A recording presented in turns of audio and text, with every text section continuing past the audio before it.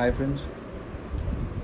So today I'm here to discuss up this recent exam FMG questions, and obviously I could not able to get most of the options. Okay, so rather than this MCQ recall, it will be a single liner ones mostly, because for some of them I could not able to get more of the options, but basically I could not able to get the like questions and all that which all have come. So basic purpose is the topics to be discussed. Okay, because on this particular scenario only the future exams they can relate up the next FMG or like INCT or NEET and all. So basically what is coming out of this trend is that more it is image based stuff. Okay, and more it is in integrated fashion. And this particular exam of FMG have told up the importance of microbiology, which is being related up with various subjects, like with the patho, with the medicine, even with the ENT, even with the skin. Okay, so you need to know the basics of gram positivity, gram negativity, and all that stuff. Without them, certain questions are not easy to handle up. Okay, and some crude microbiology have also come up, but this time they have skipped off the general microbiology and all, and still most of the images and all, and most of these questions which I'm going to discuss up, they are there like in my app and all, and in my YouTube channel also, which comes by my name only, Dr. Sonu Pawar, Need to Next Infectious Diseases. So there I've discussed up the rapid revision also, on the image based stuff, and from that image based stuff only a lot of questions they came. Okay, so you can just check up on that particular YouTube channel also. So basically this particular discussion is not a very detailed one. It is just to know from your side that what all the options are there, because I could not able to get much of the options in most of the questions actually. So this is basically a single liner stuff which is coming up in front of you now. Okay, so you can help me in the comment section by telling us that this was a question, that was a question, so that I can complete up the options properly and can come up with a detailed version of it. Okay, so definitely overlap is there. Some questions are being overlapped with other subjects, and that is also being covered off. And I hope the topics helps you for the future exam also. And this time the exam was not so much the people were telling the exam is not so much tedious and not so much difficult. Like the first paper was easy and the second paper was a bit clinical, that was moderate in difficulty level. Okay, so let's start up rapidly without wasting time, that which all things which I can tell you regarding. So as you can see, the first question here, there was a picture of the HIV virus which was given off, and I suppose somebody was saying reverse transcriptase and all, that was being labeled off, I don't know.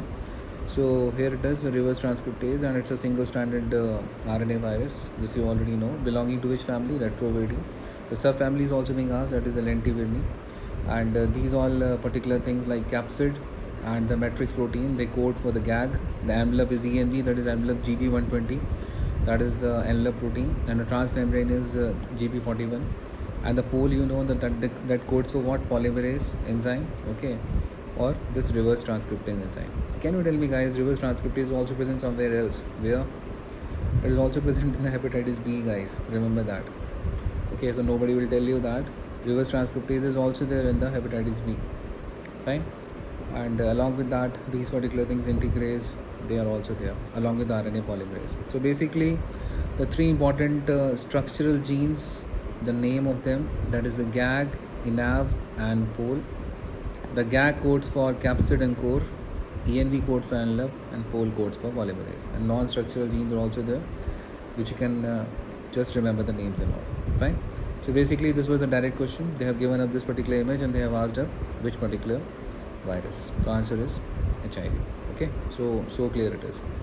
Now as you can see down, that there was a question regarding the PCR reporting, RT-PCR reporting. There was a question. They have given up, I suppose, a full report only, and the amplification curve they have given off, and The students only were telling up that there is N1, N2, and even N3 somebody was telling up is also there, which is being amplified off.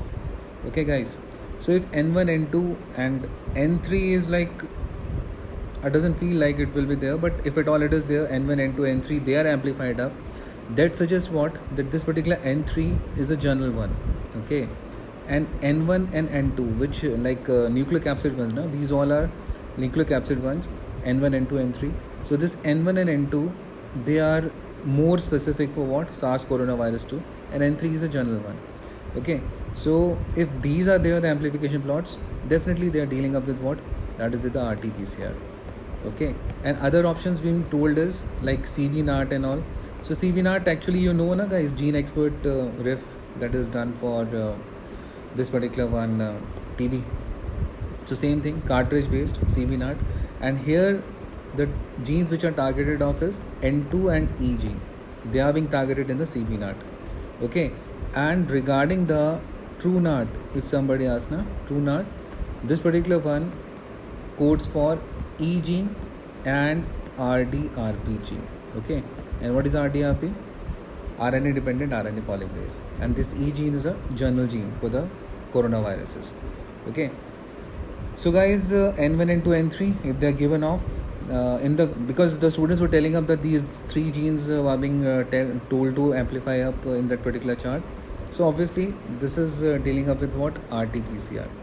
But this does not mean that in RT-PCR you can't detect up the E gene or RDRP gene or ORF gene.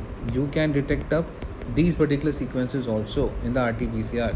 But the students were telling that amplification plot of N1, N2, N3 was given off. Then the answer is what? Obviously their RT-PCR, because CB-NAT is having this N2 and E, and TrueNAT is having this E and RDRP stuff. Okay. Now the future question which can be there is, this can be a future question, guys. See, this can be a future question that which are the various sequences which can be targeted up in the RT-PCR also, like to find out the SARS coronavirus 2.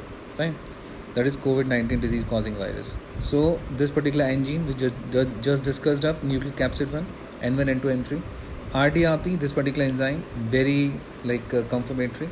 Then E gene, that is the envelope one, S gene, the spike one, H gene, the helicase one also, HE gene, hemagglutinin esterase, and the open reading frame group of genes. These all are there. And in fact, this is very important, that is ORF 1AB. This is coming in the exam for sure, that 2/3 of the genome is coded by this ORF. And this ORF is what? Open reading frames, 1A, 1B. And these are the non-structural proteins. What they are? They are the non-structural proteins. And this can be there in your exam. Okay. So one more hack I tell you, that if the things goes for E, that is the screening gene, and if somebody is coming up RDRP positive or ORF positive, that means that is a confirmation. Okay, that is the confirmation that the person is COVID-19 positive. Okay, and in this particular, if that particular kit, actually this N1, N2 and all that stuff depends on the kit which you're using up. Okay, if you are having N1, N2, N3 stuff, okay, N3 is coming positive, so that is journal 1. N1, N2 is coming positive, that means you are dealing with this SARS coronavirus 2, COVID-19. Okay, I hope I made myself clear that CB-NAT, for a particular gene you go for TrueNAT you go for a particular gene, that particular one you need to focus upon. Fine. So E, RD, RP, that's specific, they are cartridge based, you can't change them, they are a closed system. Okay. This also you need to focus upon. CB-NAT and this TrueNAT, now they are closed system. You can't change their genes. They are closed system. Whereas the RT-PCR one, that is not a closed system. You can use any gene which you want as per the kit. Okay, and that's why it is termed as what? Open system. CB-NAT, TrueNAT, they have a good thing, the results can be within 1 hour and all, and but the problem is very less samples you can do by the CB-NAT and TrueNAT in a day, hardly 24 to 48 samples. And here you can, unlimited samples you can do if you are 24 hours running the lab. Okay, regarding by the RT-PCR one. Fine, so I suppose this is clear now. So answer to our question was RT-PCR. Which of the following infections does not form a membrane covering the tonsils? So guys, we have discussed up also with Sarji sir that in the integrated videos that the mnemonic for this particular one is like Dival, that is diphtheria, infectious mononucleosis, Vincent angina, agranulocytosis, and leukemias. In them, there is a formation of these types of membranes over the tonsils. Okay, so answer to these particular things is what? Like in this, you have a membrane, diphtheria, infectious mononucleosis, you have a membrane done by Epstein-Barr virus. Streptococcal tonsillitis, definitely yes. Ludwig's angina is not having any sort of membrane. Okay, Ludwig's angina, which is an ENT condition, fine. In this, there is not formation of any membrane stuff, fine. So this you need to focus upon, that which of the following infection does not form a membrane. So answer to this question goes, and if at all the options were different, do tell up. In these four options, the answer is Ludwig's angina. Okay. Now,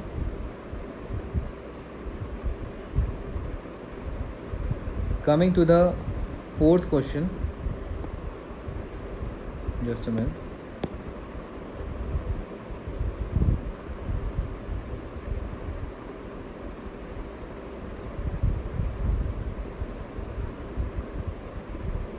Yes.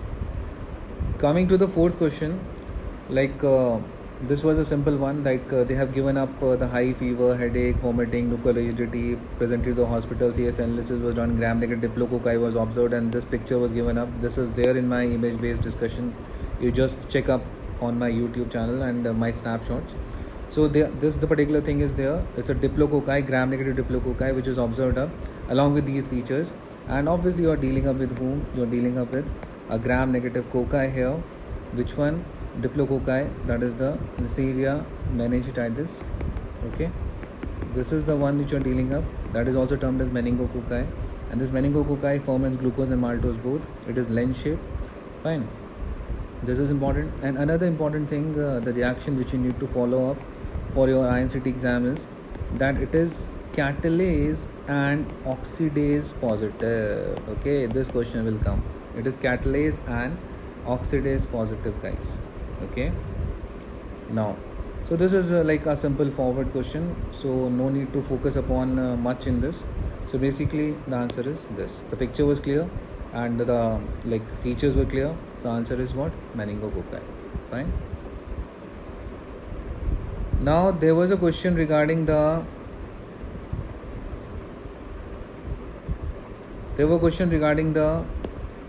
groundnut or maize facility. I don't know exactly what was there. 30-year-old male working in a groundnut or a maize facility. You can tell up in the comment section that what was exactly there. Develops hepatocellular carcinoma.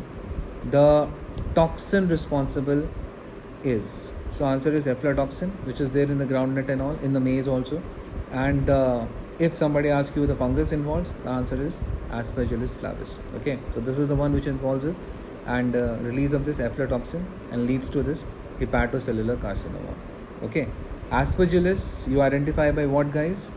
Septate hyphae acute angle branching. Okay, septate hyphae acute angle branching, dichotomous branching also will tell us that particular thing. Aspergillus flavus will also be the same way. Okay, if you want to diagnose them in the other fashion, because a lot of questions they're coming off now. And now the new thing is coming off that the green fungus. The green fungus is also Aspergillus fumigatus. These all, they are termed as what? Green fungus.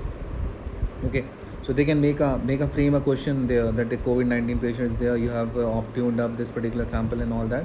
So for that also you need to like be ready.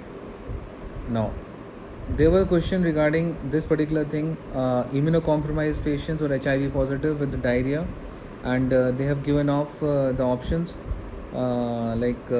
picture wise or I don't know actually, but obviously you know that I have discussed up also in the parasitology section. In HIV positive, the Cryptosporidium parvum is the one which is responsible for causing up massive diarrhea. Okay, and in them you have to admit the patient, you have to give the IV fluids. Along with what you have to give? You have to give the nitazoxanide.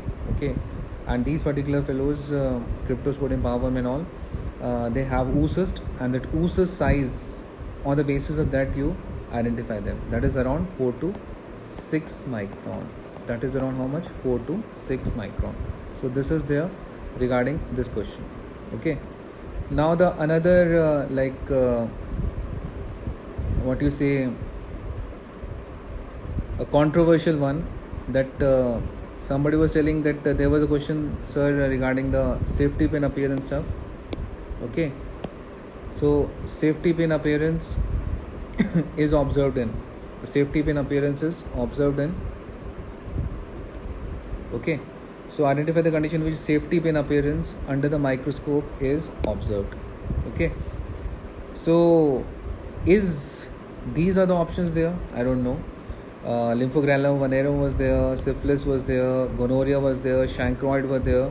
Okay, so if these were the options, obviously the answer is was chancroid. Haemophilus ducreyi does it, and it is having a safety pin appearance. What is safety pin appearance, guys? First of all, safety pin appearance. So this is the importance of microbiology now. Okay, so this is being related up with the skin, you can say, and this is what is the importance of microbiology. This is termed as bipolar staining is what actually a particular bacteria which is stained at the poles, not in between, which gives it a safety pin appearance, or bipolar staining you call it. And it is observed if you see my must know part of the starting of the microbiology app, I've discussed up that all the following are bipolar stained, except this is a favorite question. This is a hot favorite from since years. So obviously the answer is here, that is chancroid, which is done by the Haemophilus ducreyi, which is also termed as soft sore. Okay, and this is having a painful genital ulcer. Okay, and you can remember also by a mnemonic, Haemophilus ducreyi does it now. So that particular genital ulcer, dukh raha hai. So that particular thing is there. I suppose now you must be remembering up if you have done up that particular app and those mnemonics or those particular sequence which you have read. So answer to this question is this, if at all these options were there. Okay, I'm not telling that these were the exact options there. You can tell me, sir, this was not there, that was not there. Welcome for that. And I'm not saying that this is what is correct and all that, but still, let's see. But definitely the concept should be clear that it is a bipolar staining, and it stains in such a way that the poles are stained, in between unstained, and this is termed as safety pin appearance. Okay, now there was a question regarding the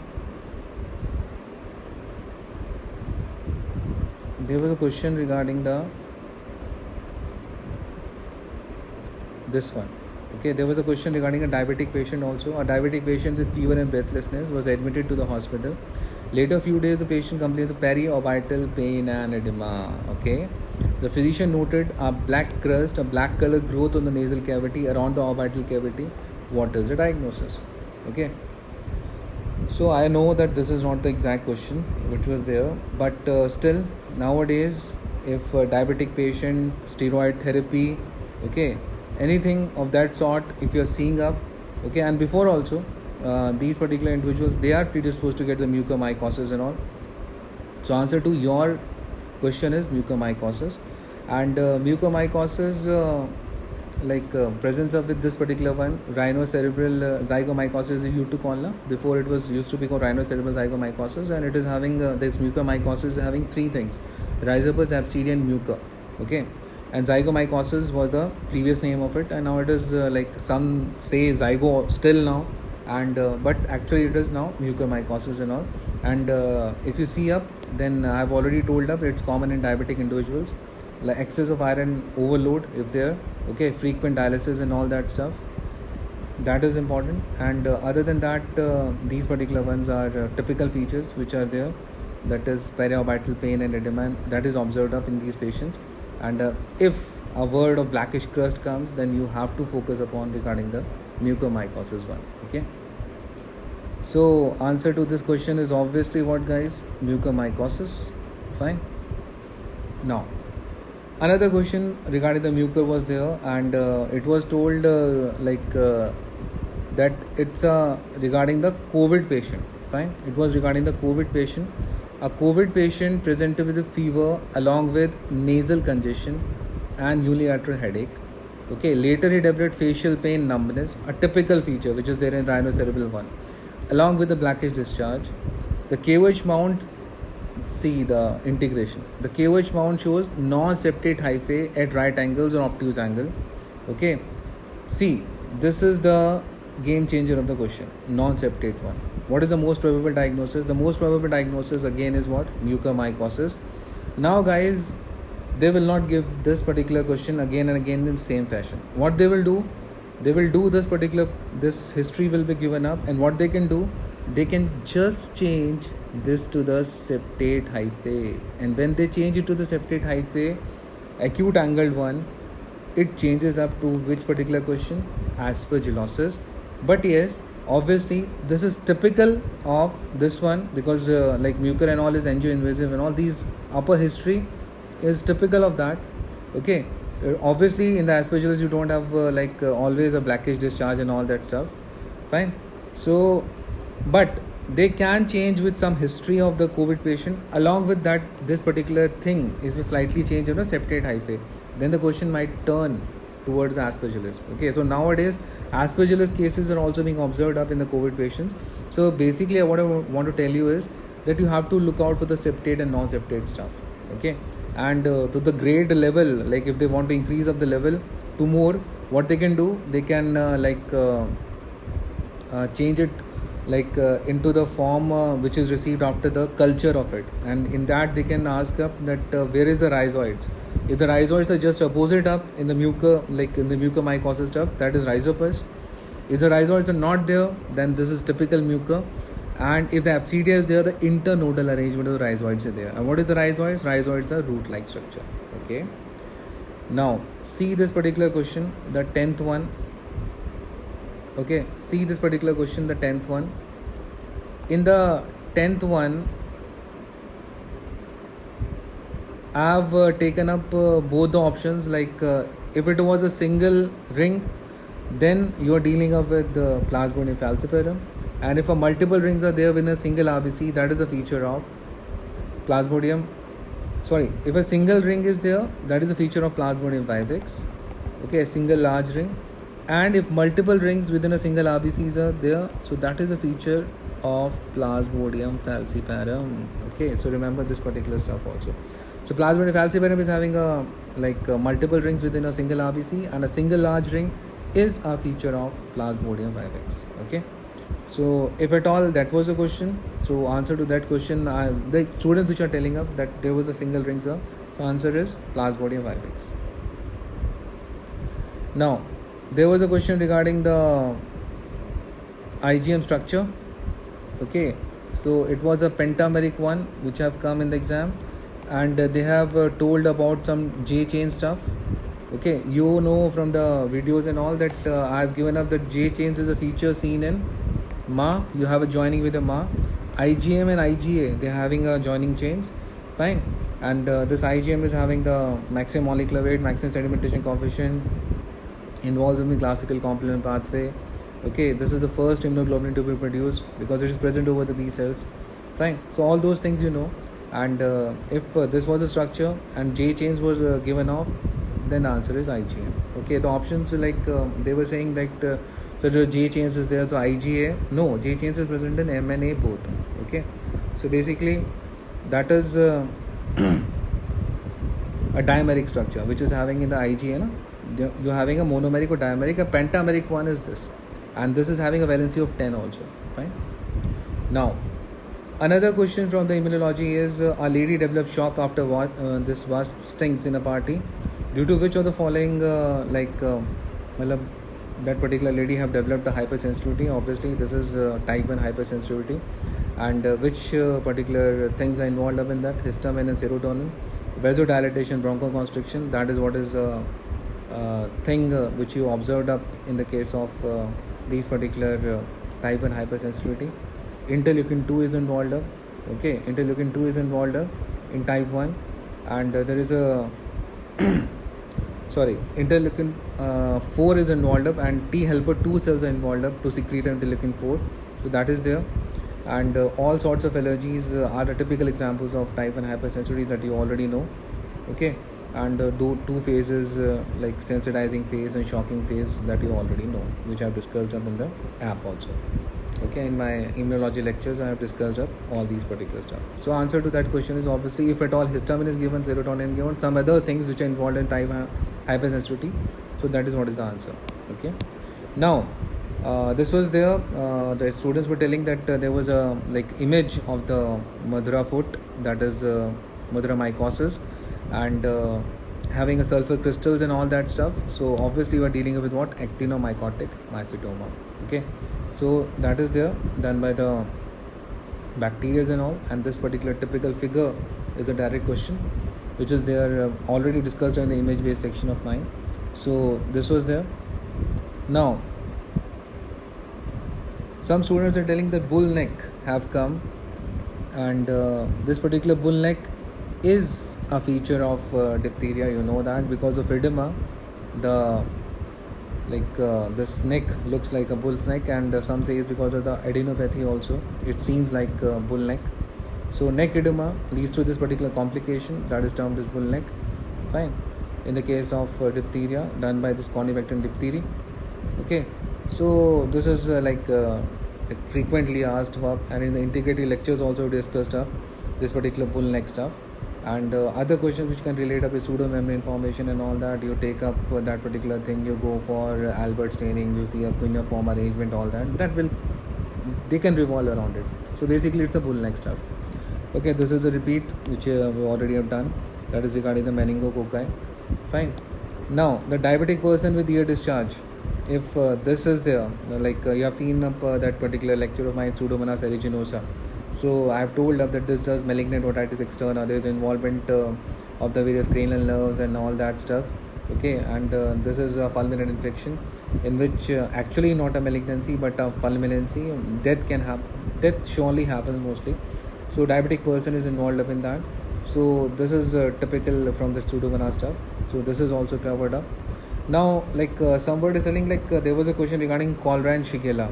Okay, so a particular physician is there making a diagnosis of Shigella, and certain features were given off, but he is not giving up Shigella because of some feature. I don't know what was exactly, but for sure some things are very clear, that fever, vomiting, abdominal cramps, they all are features of Shigella. Okay, and fever is not present in the cholera for sure. Okay, that is not there. That is a non-inflammatory form of diarrhea. All the features they go up along with the fluid loss in that. Rice watery stool, you know that, rice watery stool. Fine. And darting motility and all that stuff. And the Shigella, you know that there are certain phases like the incubatory phase, and then there is a diarrheal phase, then the dysenteric phase, and there is a post-infectious phase also in the Shigella. Okay, and these all features like fever, vomiting, abdominal cramps, they do present in the shigellosis. Do tell me in the comment section that what was the exact question.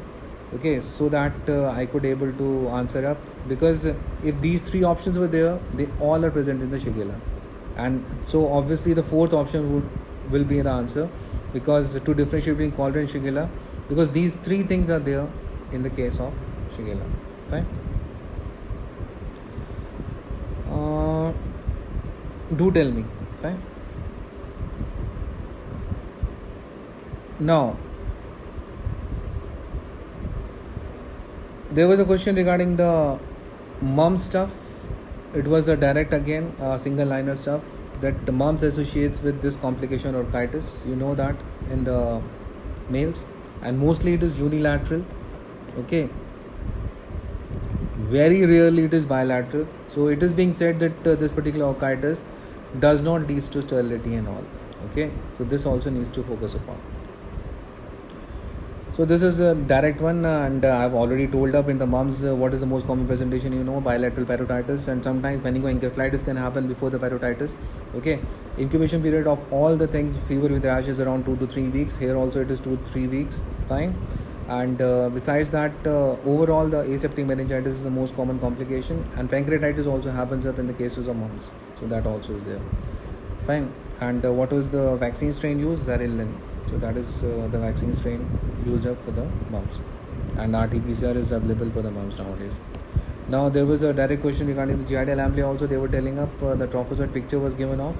Okay, and but the thing was diarrheal episodes were there, no steatorrhea, and motility was given off. Okay, So guys, you can tell me in the comment section, the trophozoite clear picture was there of this particular one, that is racket shape trophozoite or monkey face one. If it is clear, then it's obviously the answer is what, Chiatel amblia here. So it is also one of the picture based which is coming from the image based section of mine. Fine. Regarding the elephantiasis, there was a question. They were telling there was a picture regarding the elephantiasis, and they are marked up, and they were saying that in which particular fluid the phylloidal worm will not be present up, urine, saliva, ascitic fluid from the leg. So in all these options, I suppose the best to go is for the saliva, because in this you will not able to find out the phylloidal form. Okay.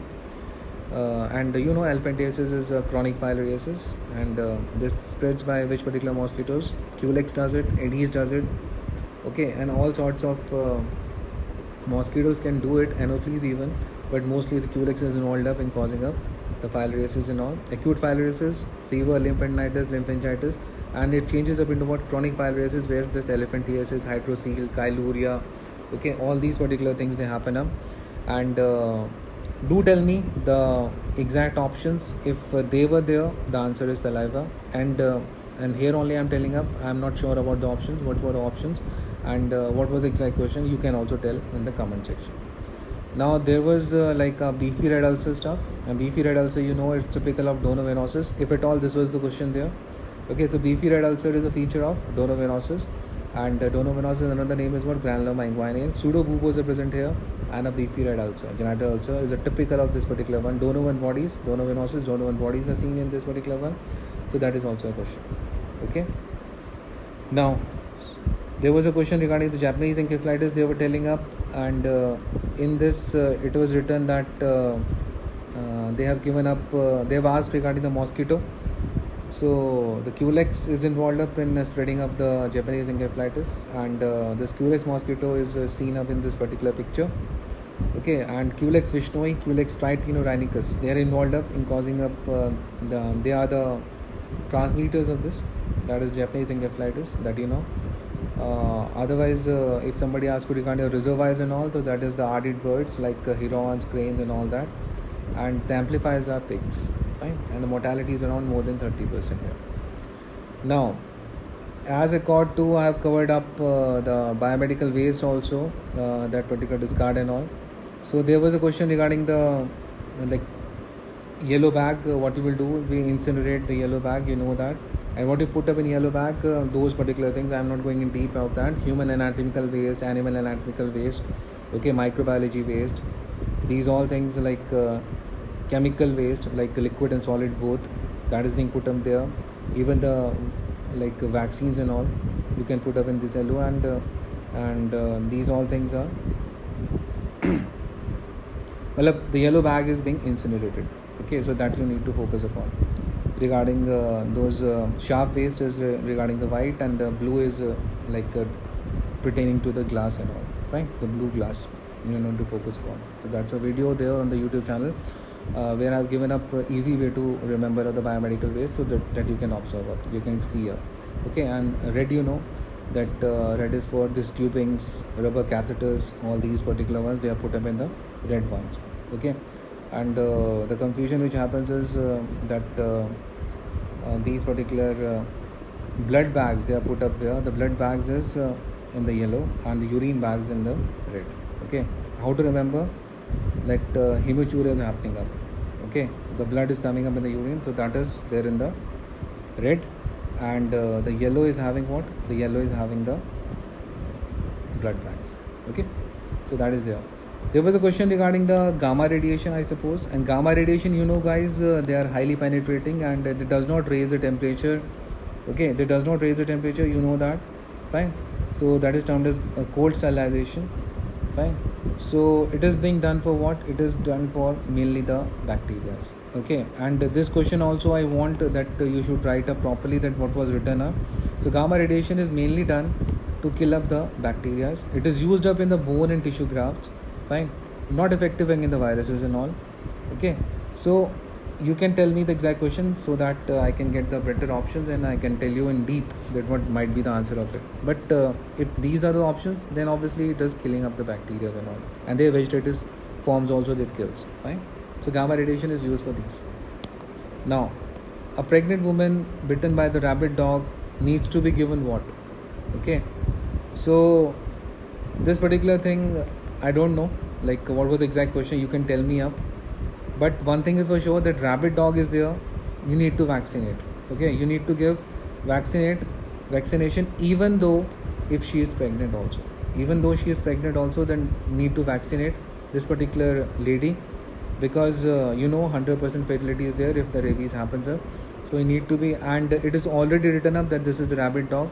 So there is a high chance that the lady might have like a problem. But yes, the bite also depends that where is the bite and all that is there. Okay, what have happened up. So a slight bit tricky question, but yes, one thing is for sure, that vaccine can be given out in a pregnant female also if the emergency arises regarding the rabies. Okay, and this we already have discussed up regarding the diabetic person with ear discharge, that is a malignant otitis externa, which is a fulminant infection done by whom? Done by the Pseudomonas aeruginosa. Okay, Pseudomonas aeruginosa. So guys, these were the questions which were there in the exam. Fine. And few more which I missed out here. You can see up this particular one. There was a question regarding the Altor and classical Vibrio differentiation. Okay, this was a question there, Altor and regarding the classical Vibrio differentiation. Now this is also being not told properly, that what were the options and all that. So guys, see in this question that one option somebody have told me that chronic carriers in Altor, that was given off, and that is very true, that chronic carriers are there in the Altor Vibrio. Okay, Altor Vibrios and classical Vibrios, they are termed as what? Oven Vibrios. So they need to be differentiated up. Okay, but this Altor one, it associated with chronic carrier one, and Altor produces milder cholera symptoms. Remember this. It produces what? Milder cholera symptoms. And third feature is the Altor is more hard than the classical Vibrio to survive in the environment much longer. Okay, Altor survives much longer. Altor is associated with chronic carrier stage, and the disease severity is mild. Okay, so these particular points are Altor. Okay, now you can tell me what was the exact option. I could not able to get it. Simple. I've asked a lot of fellows, but there were one thing I got, that is a chronic carrier one. You can complete this question. Fine.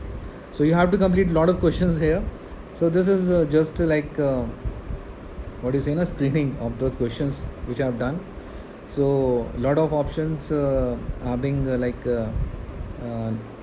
I've not got them. Okay, so you can tell me in the comment section, instead of telling that this was wrong, that was wrong, you were telling wrong. Okay, be constructive, be positive in your approach, and do tell the exact questions. I welcome up all the options and all. I'm not telling up that advent also that this have come and nothing else. Fine. And in the same way, there was a question regarding the mucosal involvement, that there was no mucosal involvement. The picture was given off and a lesion was shown on the leg, and the options were regarding the gram positive cocci, gram negative cocci, gram positive bacilli, gram negative bacilli. Could not able to get the picture up till.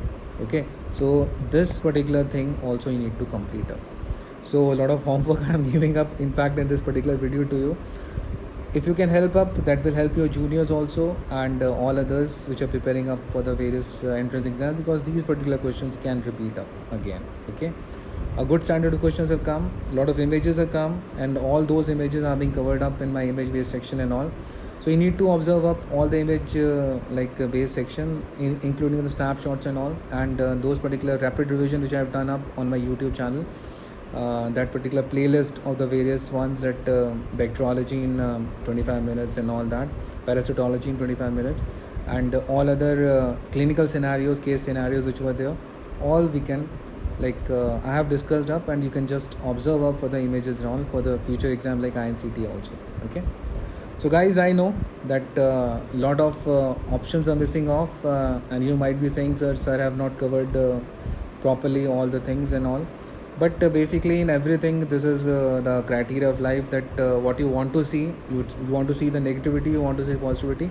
Important is that I've covered up certain points, important one, which are for the future exam also, and the topics from which the exam can come. Like in the future exam, a lot of questions can come.